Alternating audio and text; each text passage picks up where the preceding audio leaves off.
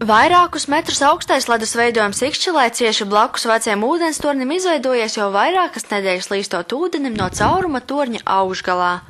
Pašvaldības aģentūras Līvūdens apgādes un kanalizācijas dienesta vadītājs Ivars Viļņams informē, ka iedzīvotājs šis caurums tornī neietekmē.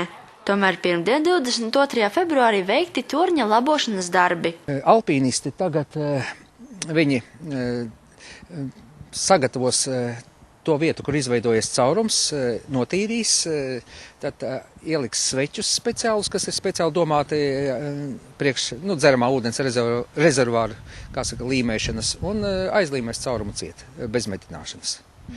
Ikšķeles ūdenstornim ir apmēram 30 gadi, to nākas labot tik pēc 2–3 gadiem. Latvijā sastopami arī vecāki ūdenstorņi, piemēram, pie vagonu parka esošais ir apmēram 100 gadus vecs. Tomēr tā celtniecībā izmantotas citas, izturīgākas tehnoloģijas, norāda Viļņams. Šeit ir metāls, un metālam tendence rūsēt ir. Un ir cevišķi mums blakus atrodas dzelzceļš. Dzelzceļam ļoti liela strāva ir pašam, jo tur elektrovilcieni iet un viss, un zemē veidojas klejošās strāvas, un viņas ļoti ietekmē tieši to pusi, kurā ir izveidojušies caurumi.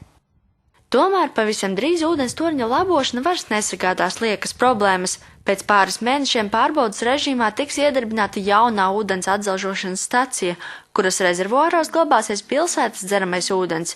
Savukārt tornī ūdens vairāk netiks glabāts. Dats Tribotska, Zanda Treško, Ogres televīzija.